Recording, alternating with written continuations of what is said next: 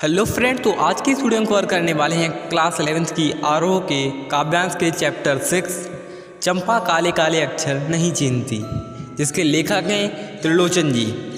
पहले हम इसके चारे प्रसंगों की व्याख्या को समझते हैं, उसके बाद इस पूरे पाठ के सार को समझते हैं।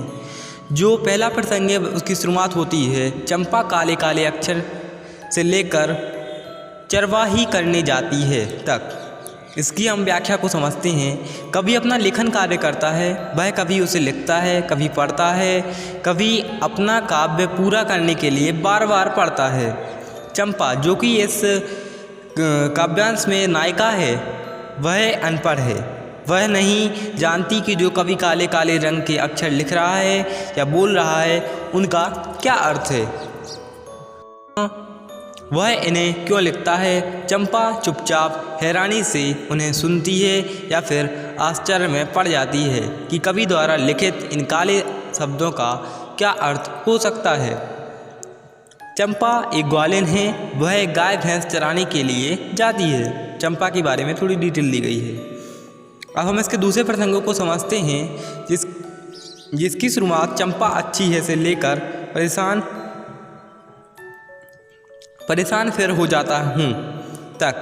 अब हम इसकी व्याख्या को समझते हैं। कवि कहता है चंपा बहुत अच्छी है, उसे चंचलता यानी कि बाल सुलभ भी है, वह शरारती भी है, कभी कभी बहुत तंग करती है। जब मैं अपनी कलम लिखकर रख देता हूँ तो वह मेरी कलम चुरा कर ले जाती है, जब कलम मिल जाती है तो कागज़ चुरा कर ले जाती है।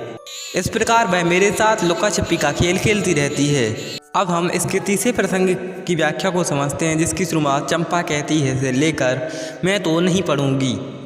अब इसकी व्याख्या को समझते हैं। चंपा कवि को सारा दिन लिखते हुए देखती है तो पूछती है कि यह जो तुम दिन भर लिखते रहते हो, काले काले अक्षर लिखते रहते ही, क्या यह लिखना बहुत अच्छा लगता है।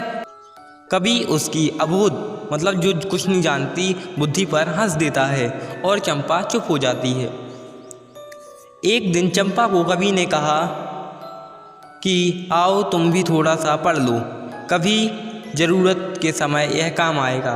वैसे भी गांधी जी ने कहा था कि भारत के सभी लोग पढ़े लिखे होने चाहिए। चंपा पढ़ने के लिए स्पष्ट मना कर देती है, साथ ही कहती है कि तुमने क्या कहा था, कि तुमने कहा था कि गांधी बहुत अच्छे हैं। यदि गांधी अच्छे होते तो क्या पढ़ने लिखने की बात करते।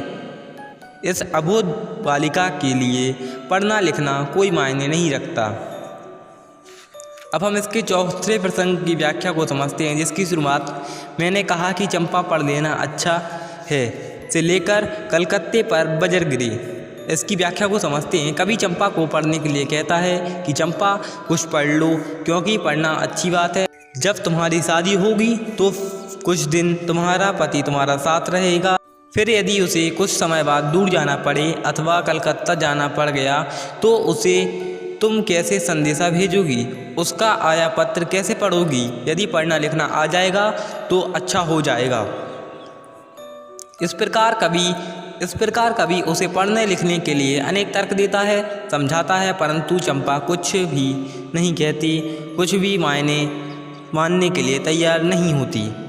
चंपा कहती है कि तुम तो इतना पढ़ लिख चुके हो, क्या पढ़ लिख कर झूठ बोलना ही सीखते हैं। क्योंकि तुम झूठ बोल रहे हो, मैं तो कभी शादी करूँगी ही नहीं, मैं तो कभी शादी करूँगी ही नहीं। यदि ब्याह हो ही गया तो मैं अपने पति के साथ ही रहूँगी, मैं उसे कहीं दूर जाने नहीं दूँगी। कलकत्ता तो बहुत दूर की बात है, कलकत्ता पर कोई विपत्ति गिर जाए, तुम कलकत्ता का नाम ही क्यों लेते हो। यहाँ चंपा पढ़ने लिखने वालों के खिलाफ कटाक्ष करती है। वे पढ़ लिख कर झूठ बोलना ही सीखते हैं और कुछ नहीं। सहज बालिका की भांति वह कहती है कि अपने पति को अपने से दूर नहीं जाने दूंगी। देखिए, इस पाठ के हम सार को समझते हैं। प्रस्तुत कविता का विषय शिक्षा व्यवस्था के अंतर्विरोधों का उजागर करने तथा आज के दरुण यथार्थ से परिचय करवाना है। कवि का अपनी कविता लिख रहा है, पढ़ रहा है। चंपा यानी कि जो नायिका है, काव्य नायिका है, वहीं आकर चुपचाप सुनने लगती है। चंपा हैरान होती है कि कवि जो लिख रहा है वे सब काले रंग के हैं, अक्षर हैं। वह पढ़ी लिखी नहीं है, परंतु आश्चर्य मिश्रित भाव से सोचती है कि इन सब शब्दों का क्या अर्थ होगा? ये सभी स्वर इन काले अक्षरों से कैसे फूटते हैं? चंपा एक सुंदर ग्वालिन है। वह गाय भैंसों अर्थात 4 पाँव वाले पशुओं को चराने के लिए जाती है। चंपा चंचल व नटखट है। कभी कभी उधम करती है, कभी कभी की कलम चुरा कर लेती है, तो कभी उसका कागज़ चुरा लेती है, तो कभी को वह परेशान भी करती है। चंपा कवि से कहती है कि तुम प्रतिदिन एक कागज़ काले करते रहते हो, तुम्हारा काम तो बहुत अच्छा है। इस पर कवि हंस देता है। वह सोचता है कि यह बालिका कितनी भोली है, इसे कुछ भी मालूम नहीं है पढ़ना लिखना कितना कठिन है। एक दिन कवि ने चंपा से पढ़ने लिखने के लिए कहा।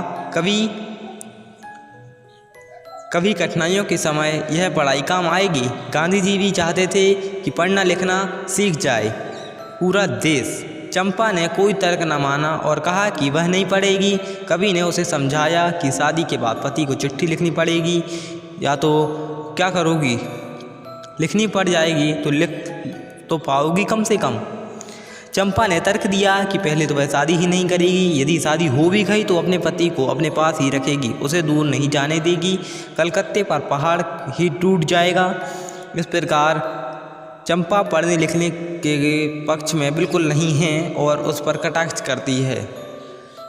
फ्रेंड्स, यदि आपको यह वीडियो पसंद आई हो तो लाइक करें, कमेंट करें, शेयर करें, सब्सक्राइब करें। Thank you so much.